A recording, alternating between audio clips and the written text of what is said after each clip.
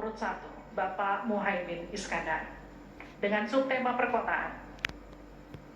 56% penduduk Indonesia tinggal di perkotaan dan mencapai lebih dari 70% di tahun 2045. Permasalahan akan semakin kompleks, seperti transportasi publik, sampah, dan kawasan umum. Pertanyaannya, bagaimana strategi paslon menyiapkan instrumen fiskal khusus untuk mengatasi masalah tersebut? Waktu Bapak untuk menjawab 2 menit. Kita mulai ketika Bapak mulai berbicara. Silakan. Terima kasih. Perkotaan ini menjadi kebutuhan untuk terus menjadi bagian dari pembangunan nasional kita.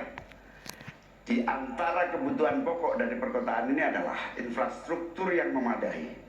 Dan dalam kerangka agar tidak terjadi penumpukan penduduk di dalam satu perkotaan, maka pembangunan perkotaan harus dibikin merata di berbagai tempat.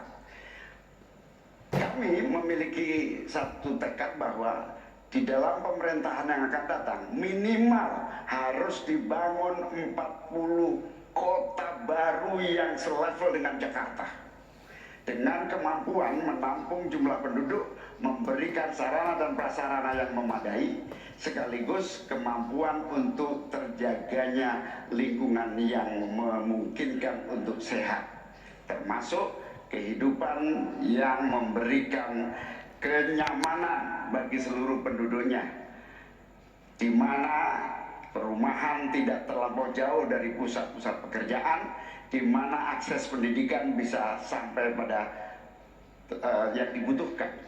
Sementara fiskal yang dibutuhkan, kita harus pandai-pandai mengambil prioritas. Sekali lagi, kita bukan setuju atau tidak setuju IKN. Yang paling penting adalah prioritas kepemerataan dan keadilan agar terbangun kota-kota sehingga sarana air bersihnya terwujud.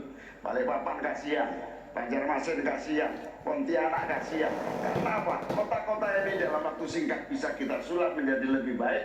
Karena apa? Fiskal yang kita sediakan dirata adilkan di masing-masing perkotaan. Terakhir, bahwa perkotaan membutuhkan pendanaan, kita harus libatkan investasi swasta yang kita beri kepercayaan lebih baik lagi. Terima kasih. Saya berikan kesempatan kepada Pak Gibran, Cawapres nomor 2 untuk menanggapi. Waktu Anda 1 menit. Silakan. Gus Muhaimin ini agak aneh ya. Pengen bangun kota selevel Jakarta tapi nggak setuju sama IKN. Tapi ya monggo lah ya, nggak apa-apa. Yang jelas untuk permasalahan perkotaan kita harus menggarap transportasi umumnya.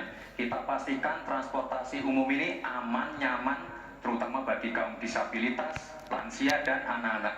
Lalu kita pastikan transportasi umum ini ada digitalisasinya. Sekarang kan sudah ada teman bus. Nah ini harus kita replikasi di beberapa kota juga. Lalu untuk mungkin di level-level kota kecil kita pakai skema buy and service sehingga masyarakat bisa mencoba menggunakan transportasi umum secara gratis. Lalu untuk masalah umum, nah ini perlu kolaborasi BSPS dari Kementerian PUPR, RTLH dari Pemda dan juga CSR dari swasta. Terima kasih. Harap tenang. Terima kasih. Waktu Anda masih tersisa? Habis cukup. Ya. Selanjutnya calon wakil presiden nomor urut 3, Bapak Mahfud MD untuk menanggapi. Waktu untuk menanggapi 1 menit, Bapak. Kita akan mulai ketika Bapak mulai berbicara. Silakan. Ya, Cak Imin, saya agak kaget juga mau membangun 40 kota selevel Jakarta. Ya, apa itu bisa dilaksanakan 5 tahun Bapak menjadi presiden dan wakil presiden? Berapa kota dalam 5 tahun? Ini IKN aja sudah puluhan tahun baru dilaksanakan. Itu pun yang investasi baru dalam bentuk janji, belum ada yang melaksanakan. Nah gitu kan. Lalu saudara 40, luar biasa menurut saya, 40 kota selevel Jakarta yang sudah metropolitan seperti itu.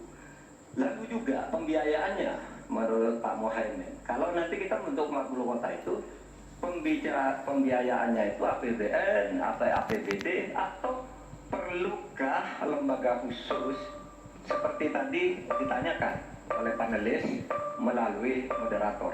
Ini perlu dijawab dulu agar semuanya tidak spekulatif. Selesai. Baik, Mohon maaf waktu Anda habis.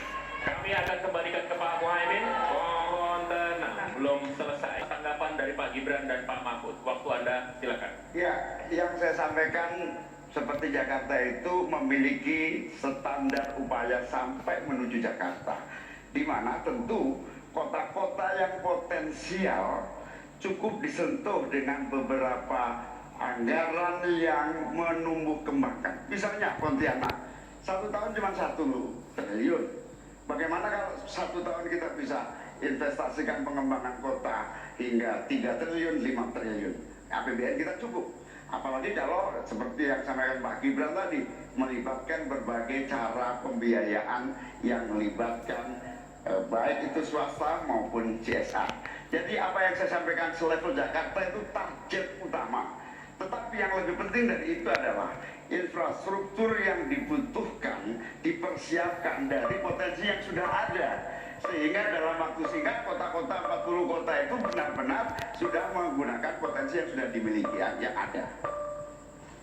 Habis.